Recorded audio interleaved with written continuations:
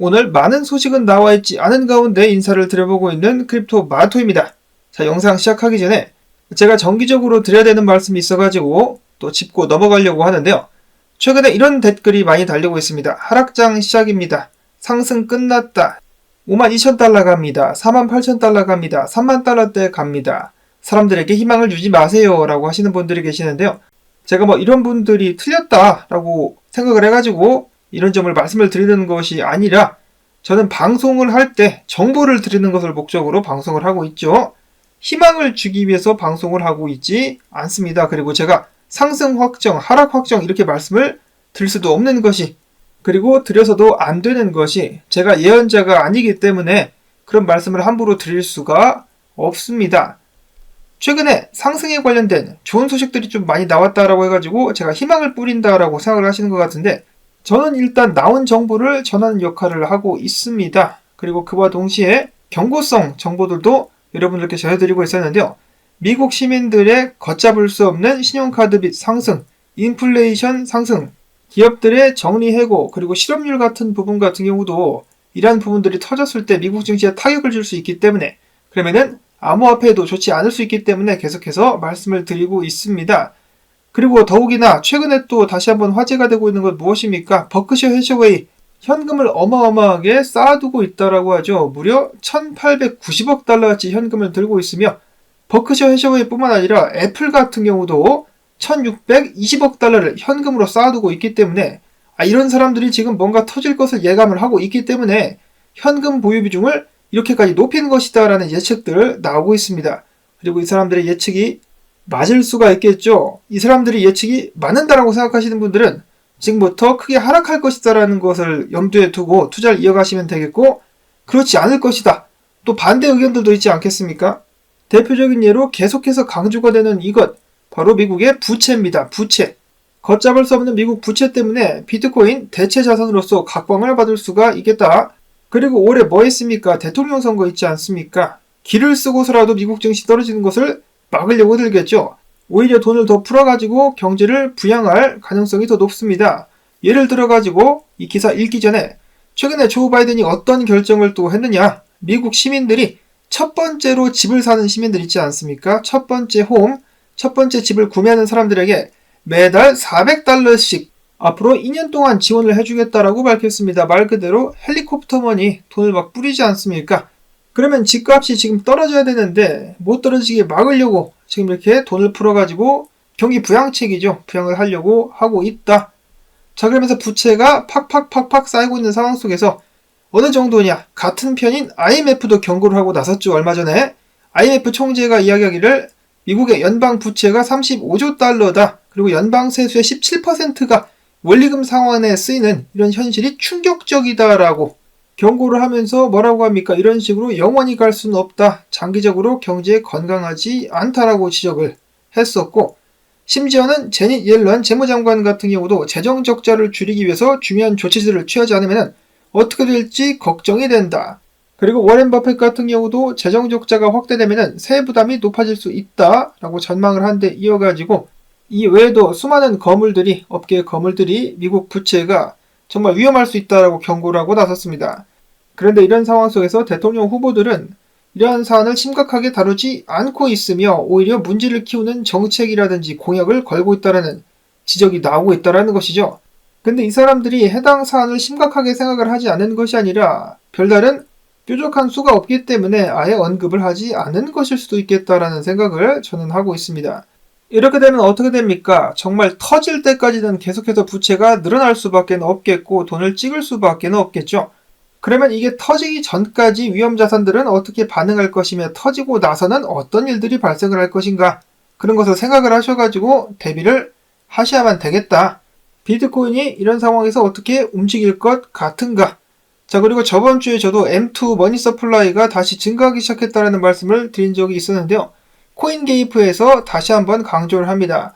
M2 머니 서플라이는 현금, 예금, 적금, 주식, 채권 등의 형태로 표현이 되는 통화량의 총합으로서 경제 유동성을 나타내는 중요한 지표라고 하는데요.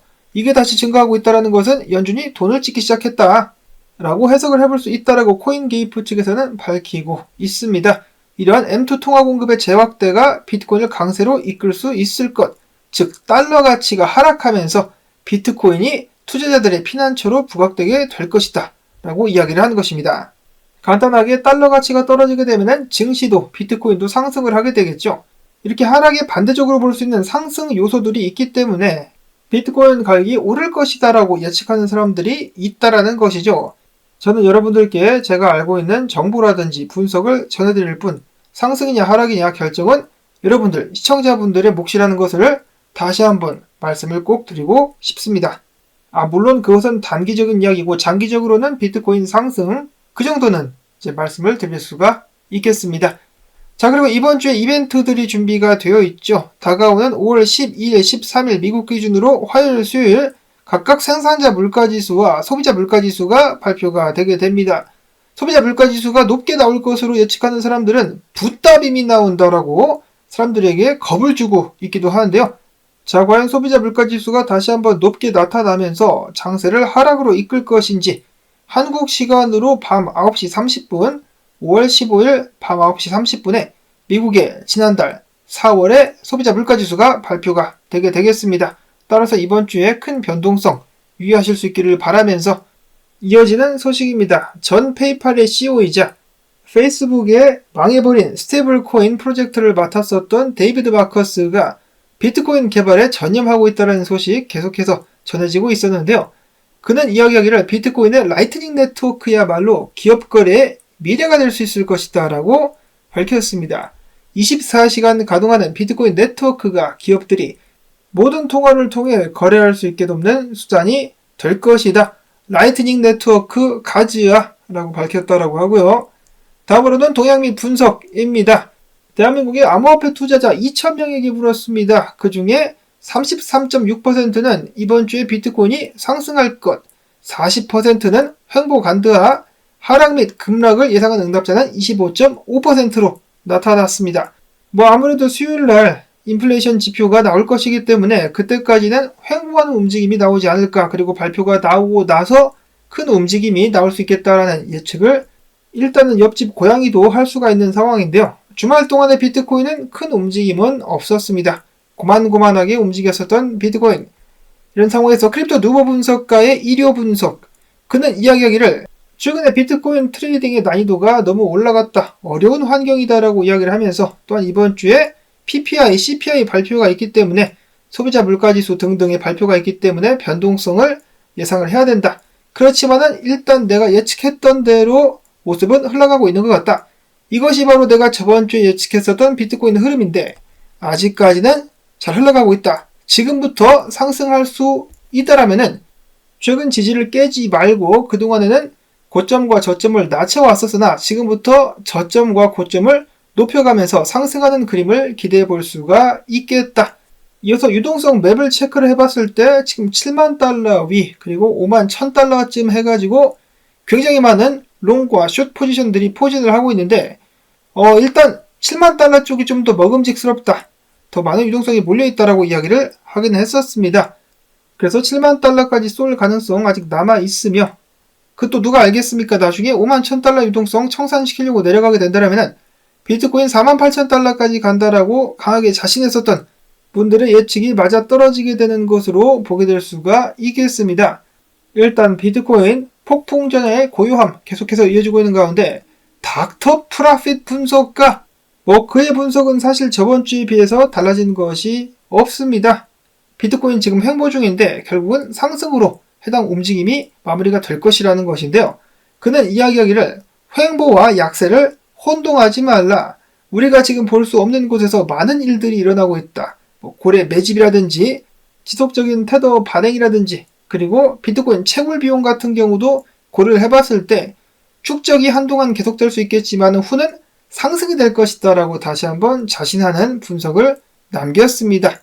참고로 지금 보시는 차트 같은 경우는 비트코인 생산 비용이 얼마나 드는가를 나타내는 그런 차트죠. 채굴자들도 이득이 남아야 채굴을 유지할 수가 있다라는 것이겠죠. 그러기 위해서라도 비트코인 가격은 올라가게 될 것이다. 다음으로 알스트릿배츠라는 분석가 같은 경우는 알트코인들의 시총이 위로 쏠 준비를 하고 있다고 하면서 알트 시즌 가즈아를 외치기도 했었습니다. 그러려면 이더리움이 힘을 내줘야 되는데, 자, 이더리움 과연 상승할 수 있을 것인가? 여러 분석가들은 이더리움이 한방 쏠 수 있을 것이다 라고 예측을 하고 있는데요. 특히 크립토 제레마이아라는 분석가 같은 경우는 일봉상에서 상승 다이버전스, 그리고 이틀봉에서도 상승 다이버전스가 나올 가능성이 있다. 이더리움이 쏠 준비를 하고 있으며, 사토시 차트 같은 경우는 지금보다 조금 더 흐를 수 있겠지만은 그 후에 추세가 전환되면서 상승으로 이어질 수 있겠다라고 예측을 했습니다. 최근에는 좀 많이 지루해진 암호화폐 시장, 다시 한번 손에 땀을 쥐게 하는 그런 흥분 상태로 돌아갈 수 있을 것인가? 그리고 이번 주에 마찬가지로 현물 ETF 순유입이 높을지 순유출이 높을지 기대해 주실 수 있기를 바라면서, 오늘 나온 정보들 여러분들께 도움되셨다면 힘찬 한 주 가지야라는 의미에서 토마토 채널 좀 도와주기, 광고 영상 재생 한 편만이라도 마지막까지 틀어주신다면 토마토 채널이 살아남는데 더욱더 큰 힘이 되겠습니다.